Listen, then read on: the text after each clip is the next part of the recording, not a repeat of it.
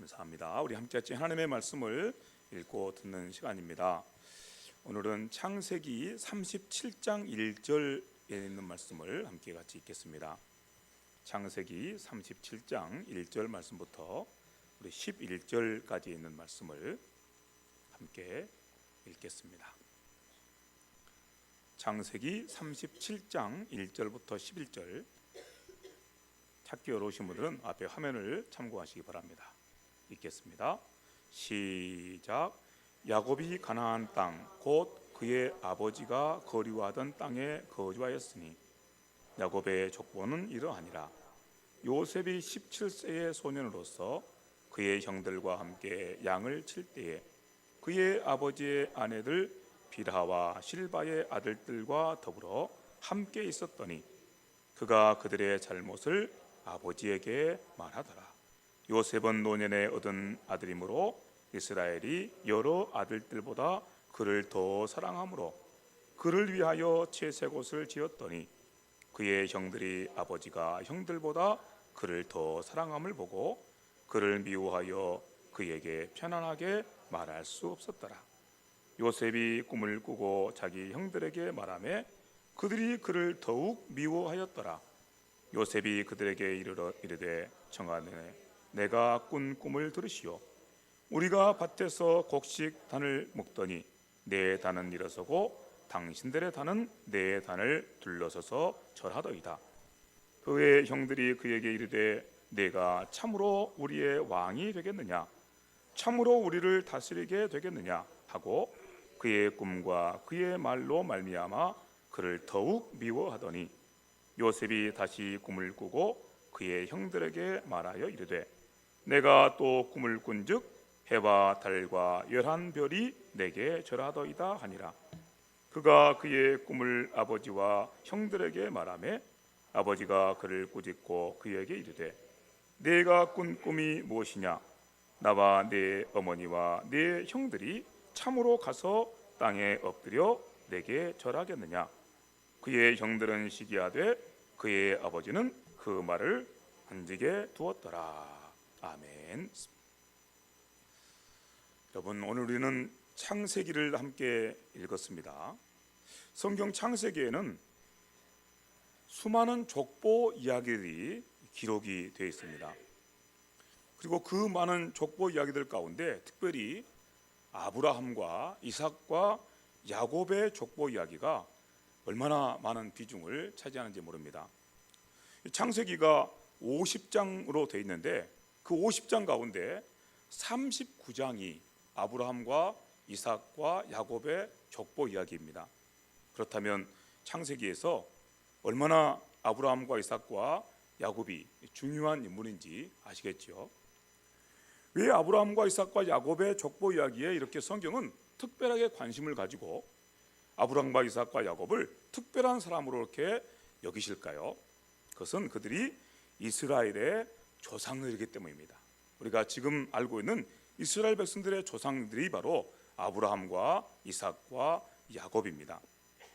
그래서 성경은 이 아브라함과 이삭과 야곱에 대해서 그리고 그들의 족보 이야기에 대해서 그렇게 특별한 관심을 기울이고 있는 것입니다. 이렇게 말씀을 드리면 또 우리가 괜히 기분이 나쁘죠. 왜 우리 한민족에 대해서는, 우리 한국 역사에 대해서는 이렇게 무관심하시면서 이스라엘 역사에 대해서는 그렇게 특별하게 관심을 기울이십니까? 이렇게 우리가 또 마음속에 의문이 생겨나게 됩니다. 성경이 이스라엘의 역사에 대해서 그렇게 특별한 관심을 가지시고 그리고 또 이스라엘의 조상인 아브라함과 이삭과 야곱에 대해서 이렇게 특별하게 관심을 기울이는 이유가 있습니다. 그 이유는 다른 것이 아니고 그들을 통해서, 그러니까 이스라엘 백성들을 통해서 세상을 구원하러 오실 예수님께서 오시게 되기 때문입니다. 하나님께서 그렇게 정하신 것이죠. 이스라엘 백성들을 택하시고 그리고 그 이스라엘 백성들을 통해서 하나님의 아들 예수님을 세상에 보내시기로 작정을 하셨습니다. 그런 점에서 이스라엘 백성들은 아주 특별한 백성이고 특별한 민족이고 특별한 역사가 되는 것입니다. 오늘 우리가 함께 읽은 말씀을 가만히 들어보면 이런 사실들을 더욱 귀하게 잘 알 수가 있습니다. 특별히 우리가 야곱과 또 이삭과 아브라함의 이야기, 그 이야기를 창세기에서 가만히 읽다 보면 한 가지 중요한 특징을 발견하게 됩니다. 그 중요한 특징은 다른 것이 아니고, 다른 족보 이야기들을 보면, 그러면 예를 들면 아브라함의 족보를 이야기한다 그러면 아브라함 이야기가 다 끝난 다음에 그 다음에 누구에게로 넘어갈까요? 그의 아들에게로 넘어가죠.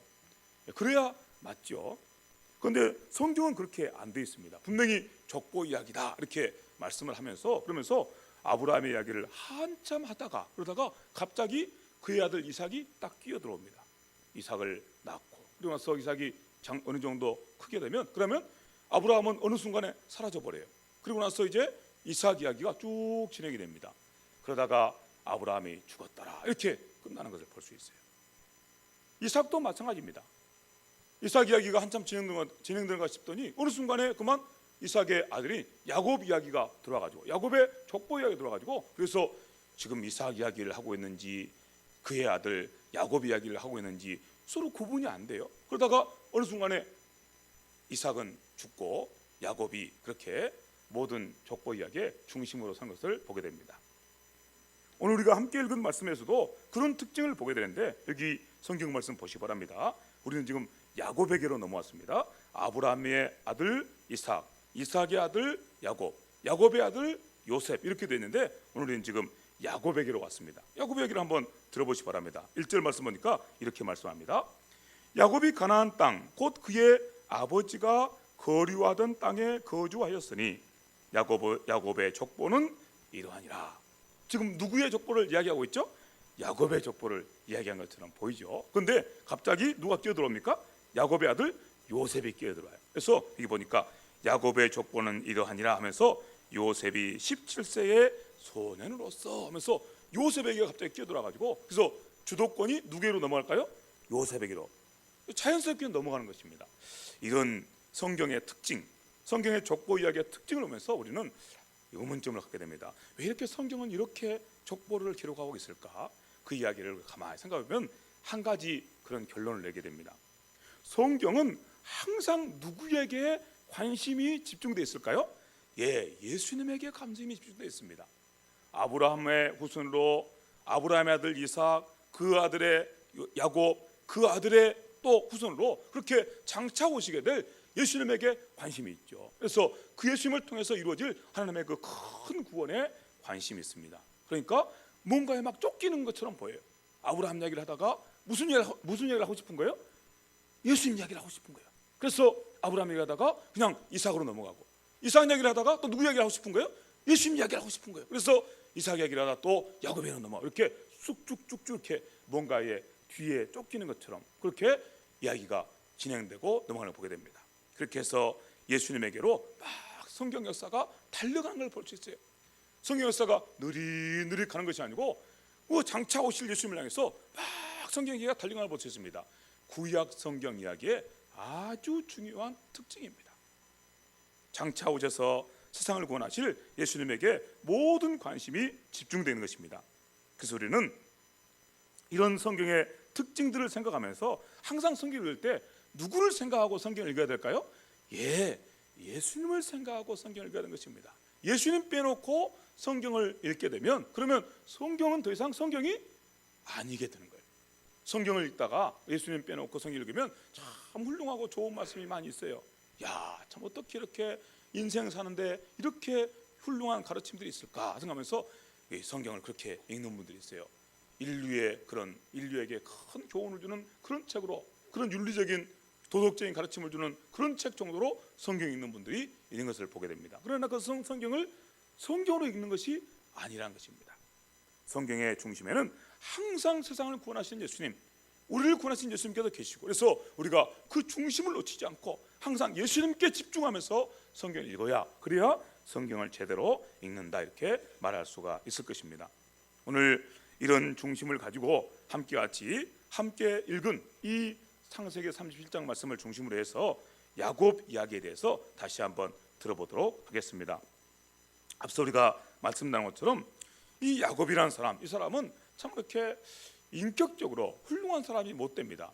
자기 할아버지 아브라함은 참 인격적으로 훌륭한 사람으로 그렇게 성경이 기록하고 있습니다. 물론 아브라함도 실수가 많이 있었지만 그래도 다른 사람들에 비해서 아브라함은 아주 인격적으로 훌륭한, 그래서 절제하고 한편으로는 아주 신중하고 그러면서도 하나님의 곁을 떠나지 않고 하나님께서 주시는 그 약속을 따라서 아주 굳건하게 그 걸음을 걸어가는 아주 훌륭한 분으로 소개해야 되는데, 그의 아들 이삭이나 혹시는 그의 손자 야곱은 그렇지 못한 것을 볼 수 있습니다. 특별히 이 야곱이라는 사람은 자기 아버지보다도 훨씬 더 이렇게 인격적으로 못된 사람이에요. 그래서 성경을 가만히 읽으면서 야곱을 소개하는 내용들을 듣다 보면 이 사람이 지금 하나님의 사람인지, 사람의 사기꾼인지, 사람의 자기 욕심에 붙들려 가지고 오직 자기 욕심만을 채우는 그런 이기적인 사람으로 그렇게 우리가 야곱을 만나게 됩니다. 그래서 참 실망감이 커요. 어떻게 이런 사람이 성경에 이렇게 크게 이렇게 기록이 되고 또 이 사람이 이렇게 하나님의 언약의 축복을 받는 그런 자리에 서 있을까, 이런 생각을 해보게 됩니다. 그런데 가만히 다시 생각해 보면 야곱이 그처럼 그렇게 정말 소망 없는 그런 모습으로 서 있는 바로 거기가 하나님께서 은혜로 역사하는 자리인 것을 다시 한번 생각을 하게 됩니다. 오늘 우리가 함께 읽은 말씀이 바로 야곱의 가정 안에 심각한 문제가 있는 그런 모습을 우리에게 보여줍니다. 앞서 말씀한 것처럼 야곱은 그렇게 훌륭하지 못한 그런 모습, 하나님의 말씀 앞에서 신실하지 못한 모습 때문에 얼마나 가정 안에 큰 문제를 불러들였는지 모릅니다. 야곱에게 4아내가 있었거든요. 그리고 이 4아내를 통해서 각각 배다른 그런 아들들을 두게 되었습니다. 그 아들들이 12명이거든요. 그런데 이 12명의 배다른 아들들이 서로 화목하지를 못한 것을 볼 수 있습니다. 늘 불화하고 서로 미워하고 시기하고 질투하고, 심지어 이제 이 아들들 가운데 한 아들, 자기 아버지가 특별하게 사랑하는 요셉에 대해서 다른 형들이 이 요셉을 죽이려고 해요. 왜냐하면 시기심 때문에, 질투심 때문에 죽이려는 그런 마음을 갖게 됩니다. 우리가 앞서 말씀한 것처럼 하나님의 언약의 축복이 이 야곱에게 있고 또 야곱의 가정에 있고, 그리고 야곱과 야곱의 가정을 통해서 장차 세상을 구원하실 예수님께서 오실 때인데, 그런데 그런 영광스러운 모습과 야곱의 가정의 모습은 너무나 다른 모습이었습니다. 얼마나 소망이 없는 그런 모습이었는지 모릅니다. 그런 모습을 앞서 우리가 함께 읽었던 말씀에서 보게 되는데, 여러분 다시 한번 성경 말씀을 가서 2절 말씀 보시게 되면 이런 말씀 우리가 만나게 됩니다. 앞서 읽었던 말씀 2절 제가 읽겠습니다. 야곱의 족보는 이러하니라. 요셉이 17세의 소년으로서 그의 형들과 함께 양을 칠 때 그의 아버지의 아내들 빌하와 실바의 아들들과 더불어 함께 있었더니 그가 그들의 잘못을 아버지에게 말하니라. 요셉이 자기 형들이 잘못한 것들에 대해서 말한 것입니다. 이유가 그게 있습니다. 아까 앞서 말씀한 것처럼 야곱이 하나님의 언약 안에서 신실하게 자기를 지켜가지 못하게 되니까 자기 아들들도 다 그렇게 된 거예요. 그래서 그들이 가나안의 문화와 가나안의 종교와 이런 것들에 이렇게 물들게 되고, 그런 가운데서 서로 시기하고 질투하고 미워하고 심지어 형제들 간에 죽이려고 하는 그런 마음들까지 품게 된 것입니다. 그야말로 우리가 참 이런 표현이 적당한 표현은 아니겠지만 콩가루 집안이 된 거예요. 우리 3절 말씀 보니까 3절 말씀에서도 그런 말씀 만날 수 있게 됩니다. 요셉은 노년에 얻은 아들이므로 이스라엘이 여러 아들들보다 그를 더 사랑함으로 그를 위하여 채색 옷을 지었더니, 요셉을 야곱이 특별하게 사랑해요. 그러니까 이 요셉을 위해서 이제 채색 옷, 아주 아름다운 그런 옷을 지어서 입혀주니까 이런 일이 벌어집니다. 4절입니다. 그의 형들이 아버지가 형들보다 그를 더 사랑함을 보고 그를 미워하여 그에게 편안하게 말할 수 없었더라. 성경은 아주 점잖하게 그의 형들이 요셉을 향해서 편안하게 말할 수 없었더라 이렇게 표현하고 있지만 사실은 그렇게 간단한 문제가 아닙니다. 이 형들의 마음속에 아주 불편한 마음이 일어나가지고, 그래서 마침내 뒤에 가면 요셉을 실제로 죽이는 자리에 이르게 됩니다. 죽이려고 하다가 차마 죽이지 못하고 노예로 팔아넘기는 그런 일을 저지르는 것을 보게 됩니다. 이런 야곱의 가정, 그런데 이런 야곱의 가정에 하나님께서 찾아오셨어요. 이것이 바로 하나님의 은혜의 역사고 이것이 바로 하나님의 특별한 구원의 역사인 것입니다. 가만히 생각해 보면 이런 야곱의 가정은 소망이 없어요. 그러니까 하나님께 버림받아 마땅합니다. 그들이 정말 하나님의 말씀에 주의를 기울이고 하나님의 언약에 신실하게 딱 머물러 있고, 그러면 야 너희들 참 잘하네, 야 너희가 어떻게 그렇게 참 잘하냐 하면서 이렇게 하나님께서 복을 주실 텐데, 그러지 않거든요. 이들이 자기 마음대로 행하고, 그래서 하나님의 언약 백성의 가정다운 그런 모습은 찾아볼 길이 없어요. 마땅히 사랑과 평화가 있어야 할 자리에 불화함과 미워함과 그리고 또 시기와 질투만이 가득합니다. 그러니까 하나님께서 당연히 버려버리셔야 되잖아요. 야 너희는 자격 없어, 내게 복받을 자격 없어, 이렇게 버려버리셔야 되는데 그러지 않는다 그 말이에요. 하나님께서 신기하게도 이 가정을 다시 또 찾아오신 것입니다. 어떻게 찾아오신가 하면 요셉을 통해서 찾아오십니다. 요셉에게 꿈을 꾸게 하시고 그 꿈을 통해서 하나님께서 장차 이루실 놀라운 일들을 보여주시면서 그렇게 하나님께서 그 가정을 찾아오십니다. 얼마나 놀라운 은혜이고 얼마나 놀라운 축복인지 모릅니다. 이렇게 말씀을 가만히 듣고 나니까 우리가 앞서 이런 야곱의 이야기를 들을 때 누구를 생각하라고 그랬죠? 예수님 생각하라고 그랬죠. 그리고 생각해 보니까 예수님의 모습이 여기 보이는 거예요. 어떤 모습으로 보이냐면, 여러분 우리도 마찬가지였죠. 야곱의 가정이 소망 없는 모습 가운데 있었던 것처럼 우리도 하나님께 사랑받을 만한 모습이 전혀 없었지요. 우리도 하나님께 은혜 받을 만한 모습이 전혀 없었지요. 우리가 하나님 앞에 사랑받을 만한 은혜 받을 만한 모습이 어떤 게 있었습니까? 우리가 하나님을 찾기를 했습니까? 하나님 앞에 뭘 드리기를 했습니까?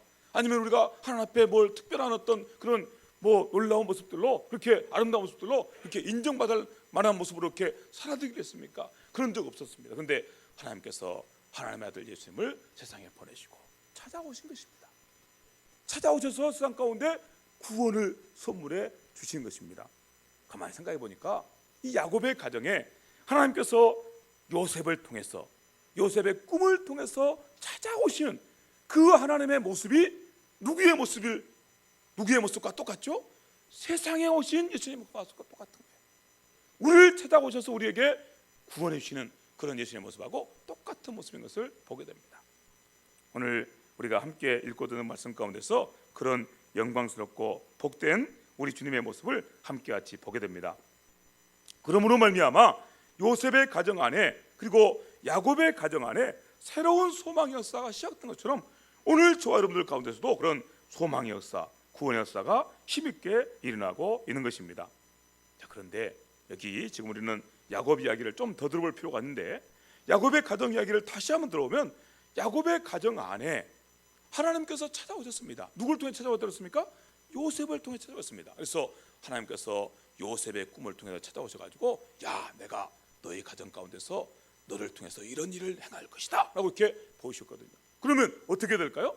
당연히 야곱의 가족들이 다 그렇게 찾아오신, 은혜로 찾아오신 그분 앞에 다 무릎을 꿇고 그분을 영접하고, 알겠습니다, 그러면 저희들이 하나님의 말씀에 순종하겠습니다, 하나님의 뜻대로 즐겁게 행하며 가겠습니다, 이래야 되잖아요. 그런데 그렇게 합니까? 안 합니까? 안 합니다. 그렇게 하지 않습니다. 오히려 하나님께서 요셉을 통해서 야곱의 가정에 찾아오시니까, 그래서 그들 가운데 그 모든 불화하는 일과 그런 모든 악한 것들과 그 다음에 시기하고 질투한 것들과 이것들을 다 멸하시고 회복하시려고 찾아오시니까 그것이 오히려 그들에게 불편해지는 거예요. 그래서 거꾸로 그렇게 그들을 찾아오신 하나님을 거역하고 대적하는 그런 모습을 보게 됩니다. 우리 앞서 함께 읽었던 말씀인데 이런 말씀을 함께 같이 보게 됩니다. 여러분 성경 말씀 보니까 5절 말씀에 이런 말씀이 있습니다. 요셉이 꿈을 꾸고 자기 형들에게 말하매 그들이 그를 더욱 어떻게 했다고요? 미워했다. 그러면 돼 안 돼요? 안 되죠. 지금 누가 찾아오신 거예요? 하나님께서 찾아오셨거든요. 하나님께서, 예수님이 영께서 찾아오셨거든요. 그래서 찾아오셔서 야곱의 가정 가운데 새로운 일을 하시려고 하시거든요. 그런데 요셉의 형들이 그렇게 찾아오신 하나님을 영접하고 인정해드리고 그리고 즐겁게 순종하고 복종하는커녕 오히려 거꾸로 더 악하게 대적하는 그런 모습을 보게 됩니다. 이 정도 되면 하나님께서 어떻게 하실 것 같아요? 이 정도 되면 포기하실 것처럼 보이죠. 이 정도 되면 찾아오셨잖아요. 그들 가운데 찾아오셔가지고 야 너희는 내 백성이고 나는 너희 하나님이다. 그러니까 너희는 나를 따르라. 내가 너희와 함께 해줄게. 이렇게 말씀하시니까 알겠습니다. 따라다니다가 그러다가 아이고 하나님 못 따라다니겠습니다. 내 마음대로 살겠습니다. 이제 하나님과 함께 살면 손해볼 것 같으니까 이제 내 욕심대로 내 마음대로 살겠습니다. 그렇게 갔단 말이죠. 그래서 다시 또 하나님께서 찾아오신 거예요. 그 가정 가운데 심각한 문제가 생겨서 그래서 불화하고 미워하고 심지어 형들께 죽이려고 하고 그래서 언약 백성의 그런 영광스러운 모습, 그 사랑하고 평화하고 화목한 그런 모습이 다 사라지게 되니까 다시 찾아오셨거든요. 그러면 그때만이라도 영접하는데 아니에요. 오히려 더 악하게 하나님을 대적하는 거예요. 그러면 그 정도 되면 야 됐다 이제 포기다 그만두자 나 이제 그만할게 이렇게 하실 것 같지 않습니까? 그런데 그렇게 하시지 않으시는 것입니다. 절대로 포기하지 않으신 것입니다. 끝까지 그들 가운데로 나가신 것입니다. 여러분 이게 바로 하나님께서 하시는 은혜의 역사입니다. 우리 주님께서 하셨던 유명한 말씀이 있습니다. 우리 같이 한번 따라서 봅시다. 내 아버지께서 쉬지 아니하시니 나도 쉬지 아니하노라. 예, 하나님께서는 자기 백성들, 자기가 택하신 그 백성들이 구원 얻기까지 절대로 쉬지 않으신 분이세요. 계속해서 대적하는데도 불구하고 그렇게 찾아오신 분이신 것입니다. 그래서 우리는 이런 하나님의 모습을 두고서 우리가 어떻게 표현하면 하나님께서 우리에게 무릎을 꿇으셨다 이렇게 표현한 것입니다. 하나님께서 우리에게 무릎을 꿇으신 거예요. 우리가 마땅히 하나님 앞에 무릎을 꿇고 하나님 저 여기 있습니다. 하나님께서 택하신 백성, 하나님께서 원하시는 모습, 그 모습대로 나가기를 원합니다. 이래야 마땅한데 우리가 그렇게 하지를 않는 거예요. 그러니까 하나님께서 오히려 거꾸로 우리 앞에 무릎을 꿇으신 것입니다. 무릎을 꿇고 찾아오신 것입니다. 얼마나 놀라운 일이 일어나는지 몰라요. 얼마나 놀라운 일이 일어나는지 몰라요. 이게 바로 하나님의 아들 예수께서 세상에 오신 사건이고 그분께서 십자가에서 죽고 다시 살아나신 그 영광스러운 구원의 사건인 것입니다. 하나님께서 무릎을 꿇으신 거예요. 여러분 세상의 모든 종교들은 한결같이 신 앞에 인간들이 무릎을 꿇어요. 아 정말 당신은 위대하십니다. 그러니 제가 당신의 뜻대로 살아드리겠습니다. 제가 잘못 살더라도 힘을 좀 주십시오. 열심히 살아보겠습니다. 이렇게 하고 가거든요. 세상의 모든 종교들은요. 그리고 신은 저 높은 데 있으면서 야 빨리 이리 와라, 빨리 이리 와. 너 힘없냐, 힘 없으면 나 도와줄게. 빨리 이리 와. 이러거든요. 근데 성경 종교는 그렇지 않아요.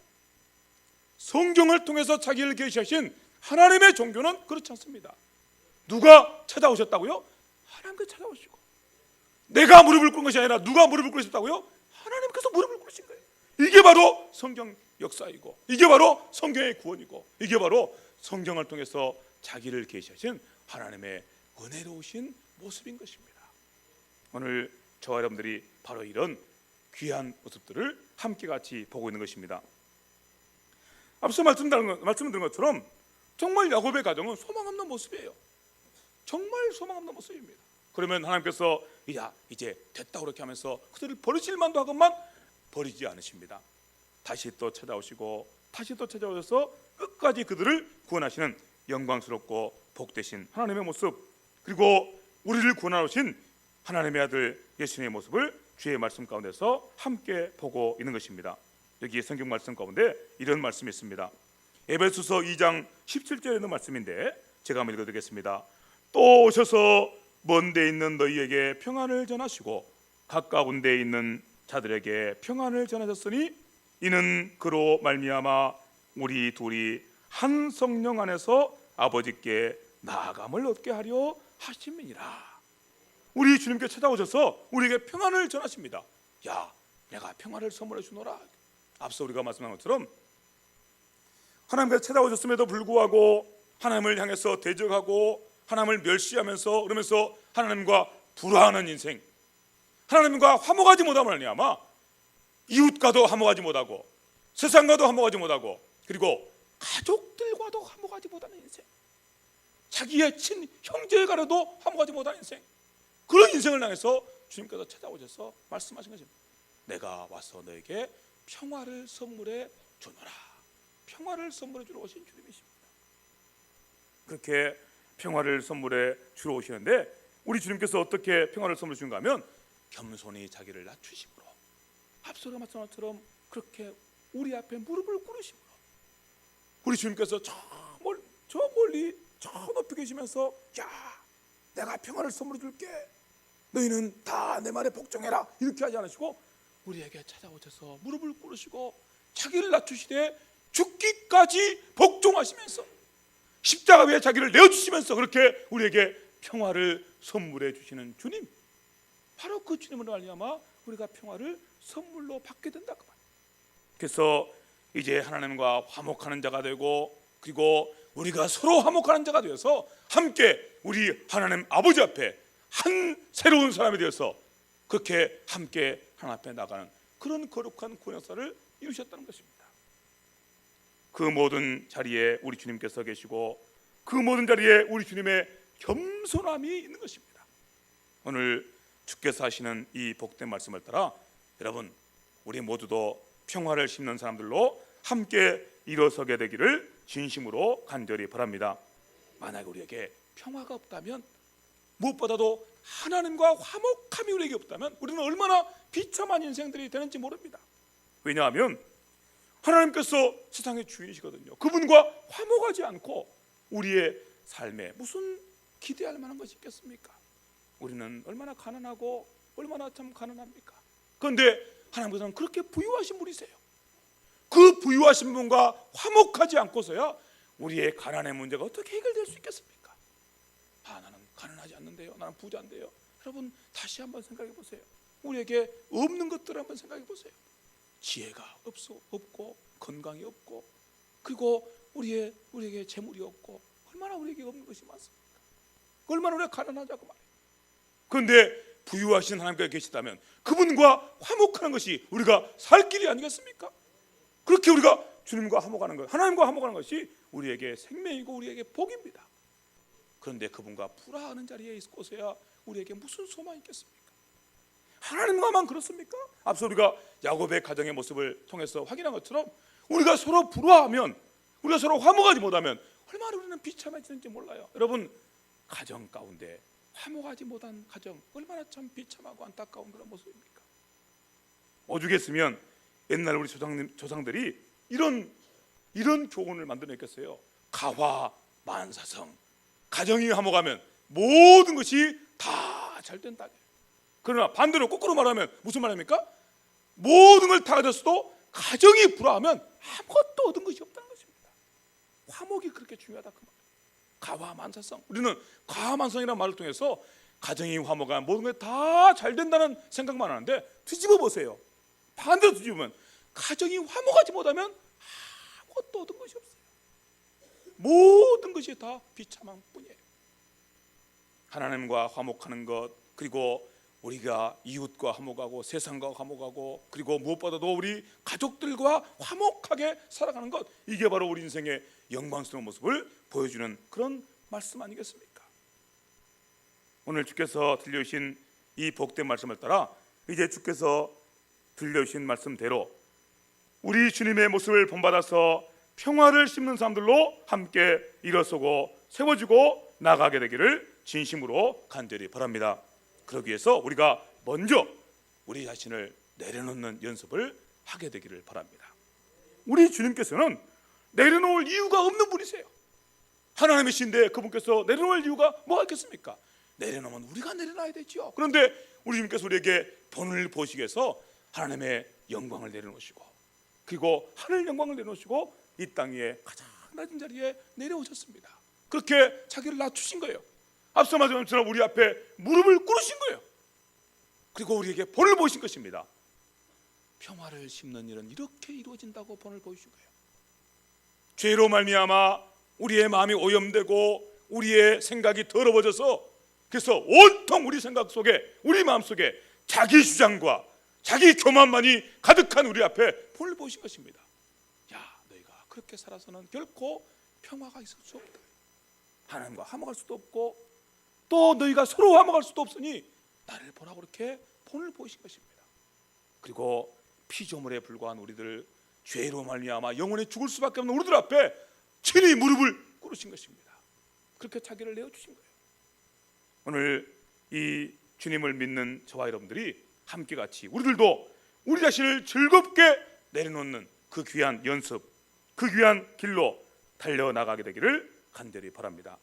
그래서 저와 여러분들을 통해서 세상 가운데 정말 평화를 심는 거룩한 일들이 이루어지게 되기를 바랍니다. 세상이 우리를 향해서 손짓하고 부르고 있습니다. 와서 우리를 좀 도와주시오. 불화함 속에서, 그 속에서 소망 없이 살아가는 그 인생들이, 아니면 그 세상이 우리를 향해서 늘 손짓하고 부르고 있습니다.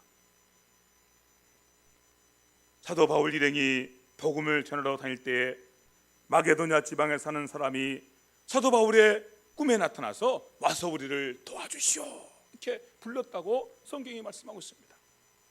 여러분, 저와 여러분들도 그런 환상이 우리 눈앞에 보여지는, 그런 환상을 우리 눈앞에 보고 사는 그런 하나님의 거룩한 종들 될 수 있기를 간절히 바랍니다.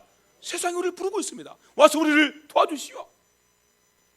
와서 우리에게도 당신들이 누리는 그 평화를 우리도 누릴 수 있도록 그렇게 도와주시오. 여러분, 그들 앞에 나가서 우리가 우리 주님의 모습을 보여줍시다. 겸손한 우리 주님의 모습, 자기를 내려놓고 그렇게 나가시는 우리 주님의 모습을 보여주면서 그들에게 평화를 누리고 모든 불화와 모든 악한 것들을 내던져버리고 하나님께서 주시는 그 주의 나라와 그 구원의 권세를 누리고 사는 길이 바로 이것이라고 힘써서 보여주는 저와 여러분 모두가 될 수 있기를 바랍니다.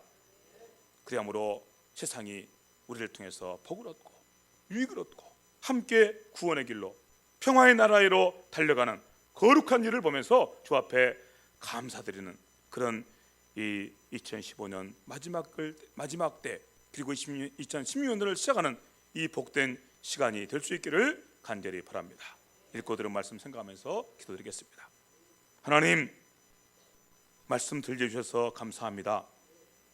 야곱의 가정 속에 불화함이 있는 모습이 오늘 이 땅의 인생들의 모습, 이 땅의 민족과 나라들의 모습, 그리고 우리들의 모습인 것을 고백합니다. 그러나 이런 우리를 정죄하거나 심판하시기보다는 우리에게 찾아오시고 우리 앞에 무릎을 꿇으시며 우리를 구원하시되 그렇게 평화를 선물해 주기를 기뻐하신 우리 주님께서 함께 계시니 감사합니다. 이 주님을 믿고 이 주님 모여 사는 주의 백성들이 이제 일어나 우리 주님처럼 세상 가운데 평화를 심는 사람들로 다 살게 하여 주시옵소서. 그리함으로 하나님, 우리를 통해 하나님께서 영광 받으시고 세상이 유익을 얻되 큰 복을 얻게 하여 주시옵소서. 하나님이 이를 위해서 우리 자신을 낮추고 우리 자신을 내려놓는 연습 잘 감당케 하시고 하나님 앞에서 영광스러운 주의 종들로 신실하고 복되게 쓰임받을 수 있도록 도우시고 함께하여 주시옵소서. 우리는 얼마나 악한지, 얼마나 우리의 마음과 우리의 생각이 오염되고 부패하였는지, 아무리 우리가 그렇게 살고자 해도 순식간에 우리 자신이 살아나고 우리 자신이 교만 가운데 그리고 자기 자랑 가운데 빠져들 때가 많이 싸우니 성령님 지키시고 보호하시며 새롭게 하시는 복을 허락하여 주시옵소서. 주의 영광 보기를 사모합니다. 역사에 주옵소서. 예수님의 이름으로 간절히 기도하옵나이다. 아멘.